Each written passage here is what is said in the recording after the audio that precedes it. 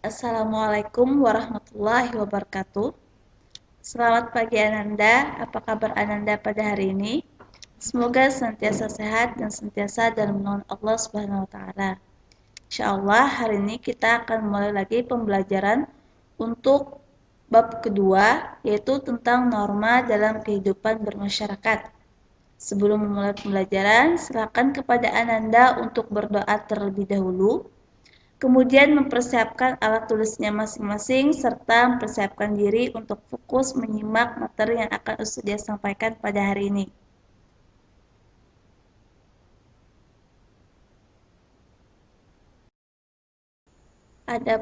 Adapun tujuan pembelajaran hari ini, yang pertama, Ananda diharapkan mampu mendeskripsikan pengertian norma. Yang kedua, Ananda mampu mendeskripsikan macam-macam norma dalam kehidupan bermasyarakat. Yang ketiga, mampu mengidentifikasi perilaku sesuai norma. Yang keempat, menguraikan pentingnya norma dalam kehidupan bermasyarakat dan bernegara. Nah, coba Ananda perhatikan gambar apakah ini? Nah, ini merupakan gambar sekelompok anak yang menyeberang menggunakan zebra cross dibantu oleh petugas kepolisian. Nah, kenapa sih kita harus menyeberang jalan menggunakan zebra cross? Nah, kira-kira apa ya Ananda? Nah, karena itu sudah menjadi aturan saat kita ingin menyeberang. Nah, ketika ingin menyeberang, maka kita harus menggunakan yang namanya zebra cross. Nah, zebra cross ini fungsinya adalah untuk menyeberang. Nah, itu disebut dengan aturan. Jadi, aturan menyeberang itu harus menggunakan zebra cross. Nah, sebelumnya Ananda pernahkah mendengar istilah di mana pepatah mengatakan di mana bumi dipijak, di sana langit dijunjung. Nah, artinya dimanapun kita berada, maka kita harus mengikuti aturan atau norma yang berlaku dalam masyarakat tersebut. Nah, sebagai negara hukum di Indonesia, kita harus taat terhadap hukum yang ada di Indonesia. Salah satunya adalah dengan cara menyeberang menggunakan zebra cross. Nah, sebelum kita lanjut, aturan tersebutlah yang dinamakan dengan norma. Nah, sebelumnya kita akan membahas tentang pengertian norma. Tetapi menurut Aristoteles, manusia itu termasuk zon politikon. Apa sih zon politikon? Nah, artinya manusia itu selalu hidup berkelompok dalam masyarakat. Jadi manusia itu tidak bisa hidup sendiri. Sudah jadi fitrahnya ya, manusia itu pasti memerlukan orang lain dalam kehidupan sehari-harinya. Nah, termasuk kita. Nah, kita juga sudah mulai bayi, kita membutuhkan orang lain untuk hidup kita. Nah, contohnya ibu.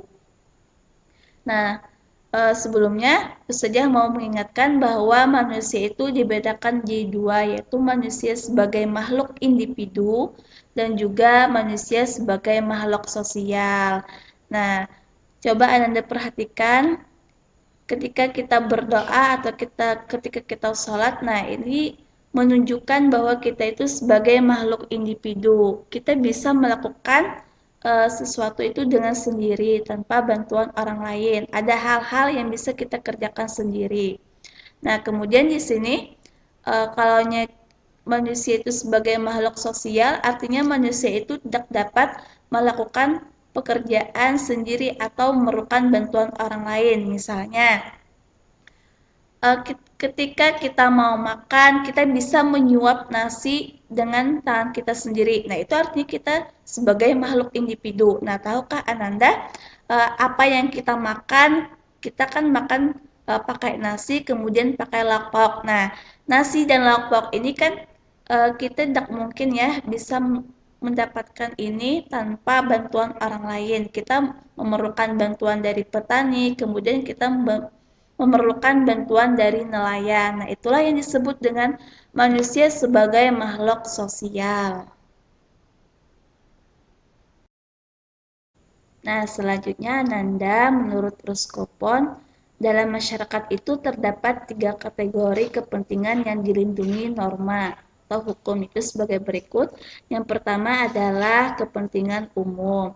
Jadi kepentingan umum ini seperti kepentingan negara dengan cara kita menjaga fasilitas-fasilitas untuk kepentingan-kepentingan masyarakat, kemudian mempertahankan diri dari serangan negara lain. Nah, itu termasuk kepentingan umum. Kemudian ada kepentingan masyarakat. Nah, kepentingan masyarakat ini yang pertama itu kepentingan masyarakat bagi keselamatan umum seperti perlindungan hukum. Yang kedua, kepentingan masyarakat dalam jaminan lembaga-lembaga sosial seperti lembaga perkawinan, kemudian ada lembaga keluarga. Kemudian peraturan-peraturan hukum tentang pemberantasan korupsi itu juga termasuk kepentingan masyarakat. Nah, yang ketiga itu adalah kepentingan pribadi.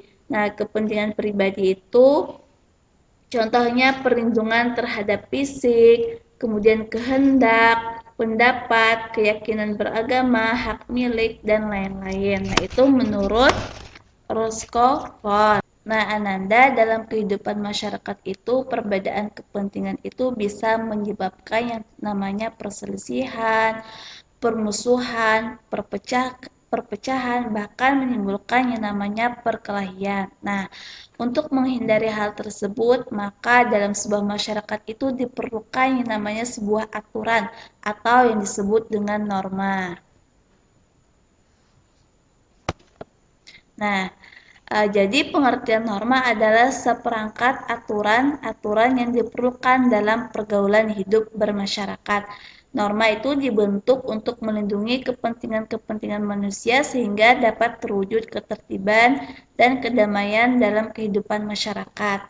Nah, kira-kira apa yang akan terjadi jika dalam sebuah masyarakat itu tidak terdapat sebuah aturan? Nah, pasti akan terjadi namanya kekacauan. Nah, begitu juga Ananda dalam kehidupan sehari-hari kita di sekolah itu diperlukan namanya aturan atau norma. Kemudian di rumah juga pasti setiap rumah tangga itu memiliki aturannya masing-masing. Nah, kira-kira apa ya aturan yang ada dalam keluarga Ananda yang mungkin ayah dan bunda Ananda terapkan dalam kehidupan keluarga Ananda? Nah, misalnya Ananda tidak diperbolehkan untuk keluar malam sampai jam 9 malam. Nah, itu sebuah aturan yang dibentuk dalam keluarga. Nah, nanti kita diskusikan ya, Ananda. Nah, norma itu terdiri dari berbagai bentuk. Nah, hari ini kita akan mempelajari tentang bentuk-bentuk norma. Yang pertama adalah norma kesusilaan. Jadi, norma kesusilaan adalah peraturan hidup yang berkenaan dengan bisikan kalbu atau suara hati manusia. Jadi, norma kesusilaan ini datangnya dari hati nurani kita. Nah, misalnya, ketika seorang yang memiliki hati nurani tidak mungkin mengambil dompet seorang ibu yang jatuh atau tertinggal di tempat umum. Nah, pernahkah Ananda mengalami hal yang serupa dengan hal tersebut? Misalnya Ananda nih menemukan dompet di jalan. Nah, apa yang akan Ananda lakukan? Ananda kembalikan ke orang yang punya dompet tersebut atau justru Ananda pakai. Nah, ketika Ananda berusaha untuk mengembalikan, nah itu berarti hati nurani Ananda sudah benar. Nah, berarti Ananda sudah menerapkan norma kesusilaan. Kemudian dalam sekolah, Ananda yang mengikuti suara hati nurani itu tidak mungkin mencontek ketika ulangan. Karena Ananda tahu bahwa mencontek itu merupakan perbuatan yang salah. Nah, misalnya seperti kemarin kita kan mengadakan ulangan PKN. Nah, saat itu kan Ustazah tidak bisa memantau Ananda secara langsung. Nah, ketika Ananda jujur dalam menjawab soal ulangan tersebut, nah berarti Ananda sudah menerapkan dari yang namanya norma kesusilaan. Nah, contoh dari norma kesusilaan yaitu yang pertama memberi bantuan kepada pengemis. Nah, kemudian membantu kakek tua untuk menyeberang jalan. Nah, ini termasuk penerapan dari norma kesusilaan. Kemudian di sini ada pelanggarannya. Nah, ini termasuk pelanggaran dari norma kesusilaan, misalnya tawuran.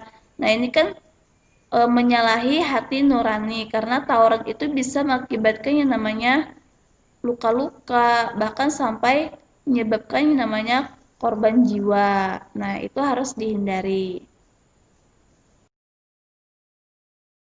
Nah, yang kedua, Ananda, ada norma kesopanan. Jadi, norma kesopanan adalah norma yang berhubungan dengan pergaulan manusia dalam kehidupan sehari-hari. Nah, norma kesopanan ini bersumber dari kata kehidupan atau budaya yang berupa kebiasaan-kebiasaan masyarakat dalam mengatur kehidupan kelompoknya.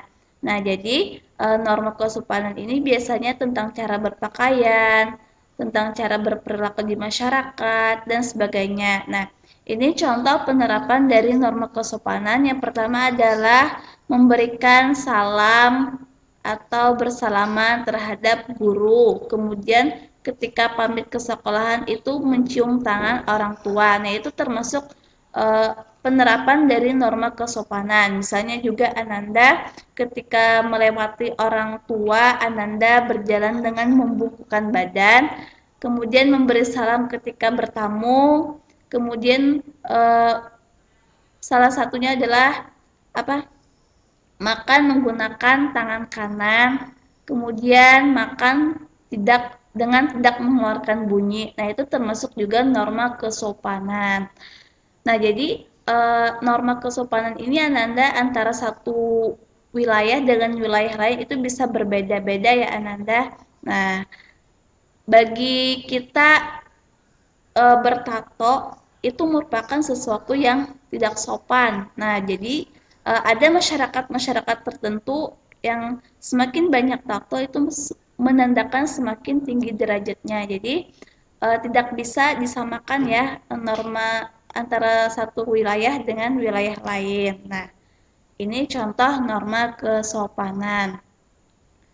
Nah, selanjutnya adalah norma agama. Norma agama adalah sekumpulan kaidah atau peraturan hidup manusia yang bersumber dari wahyu Tuhan. Nah, ini norma agama. Nah, di sini ada orang Islam, kemudian di sini ada orang Kristen, di sini ada orang Hindu. Nah, di sini ada orang Buddha dan di sini ada orang Konghucu. Jadi mereka itu berdoa sesuai dengan wahyu yang diterimanya masing-masing. Nah, jadi itu.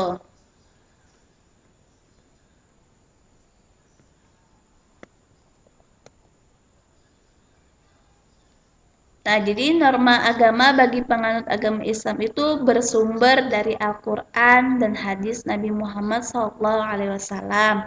Kemudian orang yang beragama Kristen dan Katolik itu pegangan hidupnya bersumber dari Alkitab. Nah, kalau umat Hindu itu pegangan hidupnya bersumber dari Veda, Tripitaka menjadi kaidah pegangan hidup penganut Buddha. Sementara itu, kitab suci Konghucu adalah Sisu Ujing. Jadi, setiap agama itu memiliki aturannya masing-masing. Sebagai negara yang memiliki banyak agama, kita harus menghormati agama lain untuk melaksanakan ibadahnya masing-masing tanpa harus kita menganggap atau merendahkan mereka. Jadi kita harus menghormati atau bertoleransi.